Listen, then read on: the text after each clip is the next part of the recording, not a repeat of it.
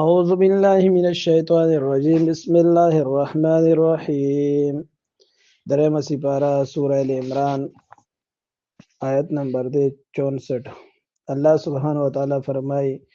قل تو فرمائے پیغمبر یا اہل الکتاب اے اہل کتابو یہود و نصارا تو لکھی گی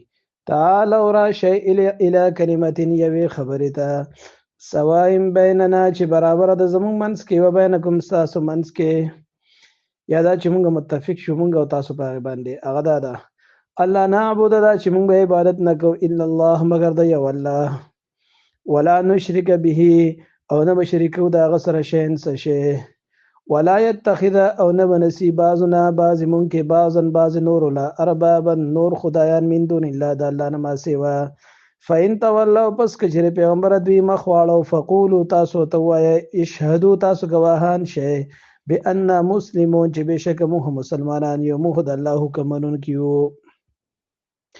یا اهل الكتاب اهل کتاب لم تحاجون تاسو ولې جنگ کوئ جګړه کوئ فی ابراهیم علیه السلام بارکه وما انزلت التوراة حال دار چې نو نازل شوی تورات والانجیل او انجیل الا من بعده مگر وروسته د هغه نه د یهودیانو به ځان ته چې مونږ د ابراهیم علیه السلام په دین باندې یو عیسیانو به مونږ د ابراهیم علیه السلام په دین باندې یو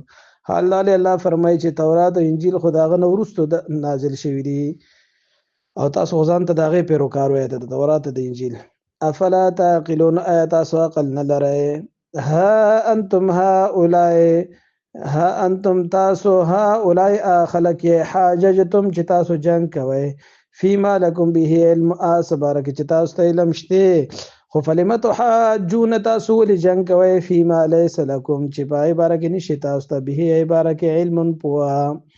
والله يعلم الله پوهیږي وانتم لا تعلمون او تاسو نه پوهیږئ ما كان ابراهيم نو ابراهيم عليه السلام يهوديا يهودي ولا نصراني ولا نصراني ولكن كان حنيفا لیکن هو هغه پنه غلار باندې یعنی د یو خدای منون کې او مسلمانو د الله حکم منون کې او وما كان من المشركين او نو هغه د مشرکانو نه ان اول الناس بشک زیاد نزدې ابراهيم عليه السلام ته به ابراهيم عليه السلام ته الذين ها کسان دي اتبعوه چې کوم تابعداري کوي د ابراهيم عليه السلام یعنی کوم سړی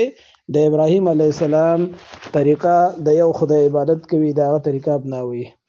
وهذا النبي او دا پیغمبر زیاد نږدې د ابراهيم عليه السلام ته نسوک محمد صلی الله علیه وسلم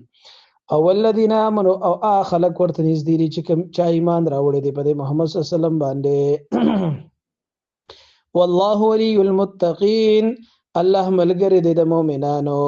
ولي المؤمنين ملګری دی د مؤمنانو ود طائفه خخوی او ډله من اهل الكتاب د اهل کتابنا لو يضلونكم کاش تاسو بلاری کی وما يضلون او دین بلاری کوي الا انفسهم مگر خپل ځانونه وما يشعرون او دین پوهیږي یا اهل الكتاب اهل کتاب لم تکفرون تاسو ول انکار کوي بیاات الله هدایتونو د الله نه وانتم تشهدونها الله چې تاسو گواهان یې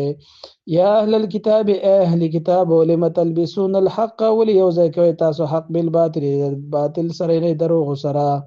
وتكتمون الحق او تاسو پټوي حق خبره وانتم تعلمون او تاسو پوهیږئ